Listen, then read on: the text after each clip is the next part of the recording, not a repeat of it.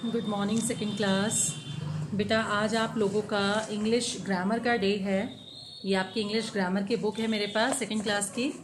इसमें आज हम लोग करेंगे चैप्टर 18 जो कि टॉपिक है कॉम्प्रीहेंशन। ठीक है, कॉम्प्रीहेंशन से मतलब होता है बच्चों अभिव्यक्ति, है ना। अभिव्यक्ति यानी अपनी बात को व्यक्त करना, चाहे वो लिख कर किया जाए चाहे वो बोल कर किया जाए। ठीक है, तो यहाँ पर आपको आपका राइटिंग स्किल इम्प्रूव करने के लिए यहाँ पर आपको कुछ पैसेज दिए गए हैं। पैसेज माने कुछ वाक्यों का समूह जो कि एक छोटी स्टोरी के रूप में है यहाँ पर, है ना। पैराग्राफ भी आप जिसको कहते हैं। ठीक है, तो आपको क्या करना है, इस पैराग्राफ को अच्छे से रीड करना है। उसके बाद इससे रिलेटेड कुछ क्वेश्चंस आपसे पूछे गए हैं जिनके आंसर्स आपको देने हैं। ओके, नॉर्मली आप लोग स्टोरी रीड करते हो आफ्टर चैप्टर, फिर क्या होता है कि उसमें क्वेश्चन आंसर्स वगैरह दिए गए होते हैं जो आप लोग करते हैं।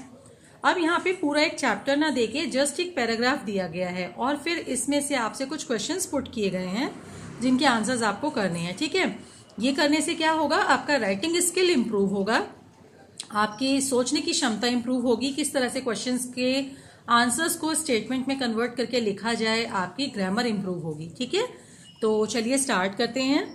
फर्स्ट पैसेज यहाँ पर दिया है, read the passage given below about why a camel is called the ship of the desert and do as directed. ये कह रहे हैं पहला पैराग्राफ जो हमने दिया है वो आपको ये बताने के लिए है कि कैमल को, ऊंट को रेगिस्तान का जहाज क्यों कहा जाता है। ठीक है, और इस पैराग्राफ को रीड करने के बाद जैसा एक्टिविटी आपको दी गई है, जैसे निर्देश आपको दिए गए हैं, वैसे आप इस एक्टिविटी को सॉल्व कीजिए। तो let's read. The camel is a domestic animal. It has a small head, long neck, long legs and a hump on its back. Camel जो है वो एक पालतू जानवर है, डोमेस्टिक एनिमल है। इसका सिर बहुत मतलब छोटा सिर होता है, बहुत नहीं लेकिन छोटा सिर होता है। इसकी गर्दन लंबी होती है, टांगे बहुत लंबी होती हैं और इसकी पीठ पर एक हम्प होता है। हम्प कहते हैं बच्चों कुबड़ को, जो एक गोल आकार पीठ में उभरा हुआ होता है, जैसे बैल पे भी होता है और एलिफेंट पे भी होता है। ओके, सॉरी एलिफेंट नहीं, कैमल पे भी होता है। They are useful in carrying people and supplies across the hot sandy and dry desert. ऊंट किस काम आता है, कैमल किस काम आता है बच्चों, डेजर्ट एरियाज में, रेतीले स्थानों पर लोगों के आने जाने या सामान की सप्लाई करने के लिए ऊंट का काम मतलब ऊंट बहुत ज्यादा प्रयोग में आते हैं, है ना। They can stay for many days without food and water. ऊंट एक ऐसा जानवर है जो काफी लंबे समय तक बिना पानी या भोजन के रह पाता है।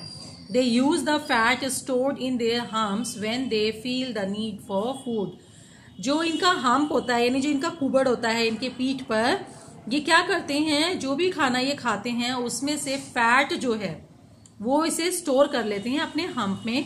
और जब कभी ऐसा समय आता है कि एक लंबे समय तक इनको खाना ना मिल पाए या पानी ना मिल पाए तो अपने हम्प में स्टोर फैट से ही एनर्जी लेते हैं। ठीक है, look at a camel when it वॉक्स।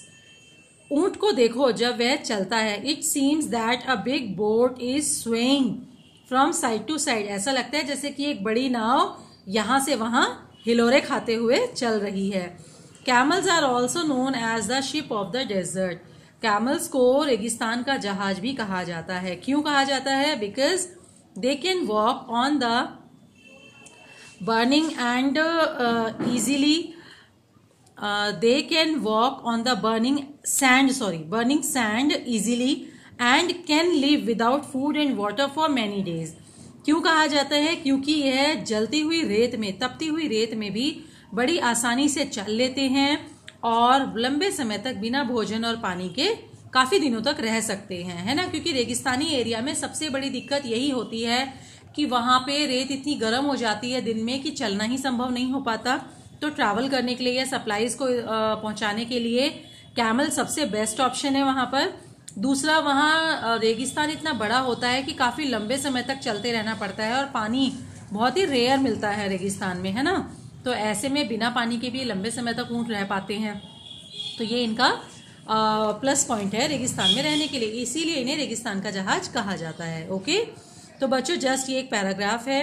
अब आपसे क्या करने को कह रहे हैं यहाँ, write two describing words and two doing words from the passage. ये कह रहे हैं इस पैसेज में से 2 डिस्क्राइबिंग वर्ड लिखिए। Describing word means to say कि जो कैमल के विशेषता बता रहे हों, है ना। और 2 डूइंग वर्ड्स लिखिए। डूइंग वर्ड्स मतलब कि आप इसमें कार्य लिख सकते हो कि कैमल क्या क्या कार्य करता है ना। Make sentences with the describing and doing words you have written. ये कह रहे हैं जो डिस्क्राइबिंग वर्ड और डूइंग वर्ड्स आप निकालेंगे, तो 2 और 2 4 निकालने हैं ना आपको। फिर उनसे 4 सेंटेंसेस यहाँ लिखिए जिनमें उन वर्ड्स का इस्तेमाल किया गया हो। ठीक है, ये आपका राइटिंग स्किल इंप्रूव करने के लिए है। ओके, फिर नेक्स्ट ये आपसे क्वेश्चन कर रहे हैं, answer the following questions. How can the camel live without food. Camel food के बिना, मतलब लंबे समय तक फूड के बिना कैसे रह पाते हैं, ये आपको लिखना है। तो इसका आंसर इस पैराग्राफ में ही है, आप ध्यान से रीड करके सर्च करेंगे। ओके, नेक्स्ट है how are camels useful. Camels किस प्रकार से लाभदायक हैं।